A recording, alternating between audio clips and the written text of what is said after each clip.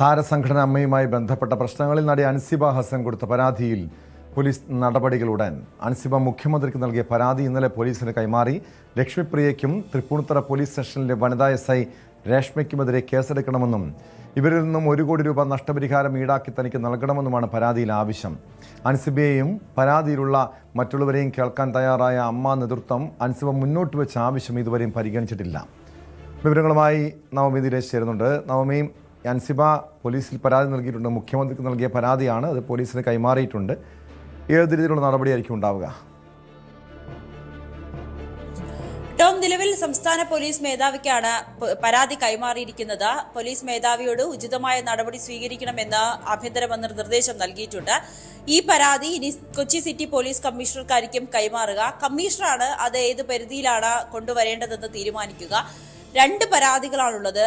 ഒന്ന് ലക്ഷ്മിപ്രിയക്കെതിരെയും മറ്റൊന്ന് തൃപ്പൂണിത്തുറ വനിതാ സെല്ലിലെ SI രേഷ്മയ്ക്കെതിരെയുമാണ് പരാതി നിലനിൽക്കുന്നത്. അപ്പോൾ SIക്കെതിരായിട്ടുള്ള പരാതി ആയതിനാൽ തൃപ്പൂണിത്തുറ പോലീസ് പരിധിയിലാണോ അതോ മറ്റേതെങ്കിലും പോലീസ് ആയിരിക്കുമോ ഇത് അന്വേഷിക്കുക എന്നതാണ് നോക്കിക്കാണുന്നത്. എന്തായാലും ഉടനെ തന്നെ ഇതിലൊരു നടപടി ഉണ്ടാകും. അതിനു മുൻപായി അൻസിബയുടെ പരാതി പരിശോധിച്ച ശേഷം മാത്രമായിരിക്കും ഈ പരാതി കൈമാറുകയും അല്ലെങ്കിൽ അടുത്ത നടപടികളിലേക്കൊക്കെ അന്വേഷണ സംഘം കടക്കുകയുള്ളൂ. അൻസിബയുടെ ആവശ്യം 1 കോടി രൂപ നഷ്ടപരിഹാരം വേണമെന്നാണ്. കാരണം തന്നെ മാനസികമായി 3 മണിക്കൂറോളം പോലീസ് സ്റ്റേഷനിൽ ഇരുത്തി വലിയ രീതിയിലുള്ള മാനസിക സമ്മർദ്ദം തന്നതിന് ശേഷമാണ് SI തന്നിൽ നിന്നും മാപ്പ് എഴുതി വാങ്ങിച്ചത് എന്നായിരുന്നു. ലക്ഷ്മിപ്രിയയോട് ഖേദം പ്രകടിപ്പിക്കുന്നു എന്ന് എഴുതി മേടിച്ചത് എന്നാണ് അൻസിബ പറയുന്നത്. പക്ഷേ SI രേഷ്മയുമായി ബന്ധപ്പെട്ടപ്പോൾ അവർ പറയുന്നത് അങ്ങനെ 3 മണിക്കൂറൊന്നും ഇരുത്തിയിരുന്നില്ല. തനിക്ക് അന്ന് VIP ഡ്യൂട്ടി ഉണ്ടായിരുന്നു. അതിനുശേഷമാണ് ഈ പരാതിയെക്കുറിച്ച് അറിയുന്നതിന് വേണ്ടി മാത്രമാണ് അൻസിബയെ വിളിച്ചു വരുത്തിയത്. ഏകദേശം 1 മണിക്കൂറോടുകൂടി ഈ തന്റെ പരിപാടികൾ അല്ലെങ്കിൽ പ്രൊസീജിയർ പൂർത്തിയാക്കി അൻസിബയെ പറഞ്ഞു വിട്ടിരുന്നു എന്നാണ് രേഷ്മ പറയുന്നത്. എന്തായാലും പോലീസ് ഉദ്യോഗസ്ഥയ്ക്കെതിരായിട്ടുള്ള ആരോപണം കൂടിയായതിനാൽ അതീവ ഗൗരവത്തോടു കൂടി തന്നെയാണ് പോലീസ് ഈ ഒരു അന്വേഷണത്തെ ജില്ലാ പോലീസ് മേധാവി, സംസ്ഥാന പോലീസ് മേധാവി അടക്കം അതീവ ഗൗരവത്തോടു കൂടി തന്നെയാണ് ഈ പരാതിയെ നോക്കിക്കാണുന്നത്. ലക്ഷ്മിപ്രിയക്കെതിരെയും പരാതിയുണ്ട്. ലക്ഷ്മിപ്രിയയിൽ നിന്നും 1 കോടി രൂപ നഷ്ടപരിഹാരമായി നൽകണം എന്നുകൂടിയാണ് അൻസിബ പരാതിയിൽ ആവശ്യപ്പെടുന്നത്.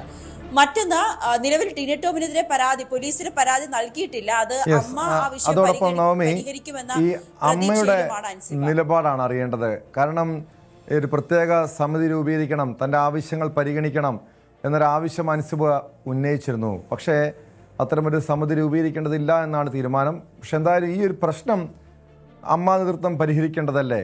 ഏതെങ്കിലും രീതിയിലുള്ള ഇടപെടലുകൾ ഈ അൻസിബ ഉന്നയിച്ച ആരോപണങ്ങളിൽ മേൽ ഉണ്ടായിട്ടുണ്ടോ?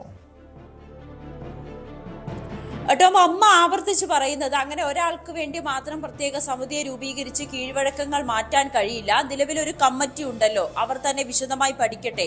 അൻസിബയ്ക്ക് ഇതിൽ എന്താണ് പറയാനുള്ളതെന്ന് കേൾക്കാം, തെളിവുകൾ ഹാജരാക്കട്ടെ. കഴമ്പുണ്ടെന്ന് തോന്നിക്കഴിഞ്ഞാൽ അതിൽ തുടർ നടപടി സ്വീകരിക്കാം. അല്ലാതെ പെട്ടെന്ന് ഒരു സമിതി രൂപീകരിച്ച് അതിൽ അന്വേഷിക്കണമെന്ന് പറയുന്നതിൽ അമ്മയ്ക്ക് അല്ലെങ്കിൽ ഭൂരിഭാഗം അംഗങ്ങൾക്കും യോജിപ്പില്ല. പ്രത്യേകിച്ച് അൻസിബ മുന്നോട്ട് വെച്ച 3 പേരുകൾ, അവർ 3 പേരും തിരക്കിലാണ്. 2 പേരും തിരക്കിലാണെന്ന് കൂടിയാണ് പറയുന്നത്. അങ്ങനെയാണെങ്കിൽ എങ്ങനെയാണ് ഈ ഒരു ധൃതിപ്പെട്ട 1-ാം തീയതി തന്നെ ഈ ഒരു വിഷയം പരിഹരിക്കുക അല്ലെങ്കിൽ വിഷയം കേൾക്കുക എന്നതാണ് അമ്മ സംഘടന ചോദിക്കുന്നത്.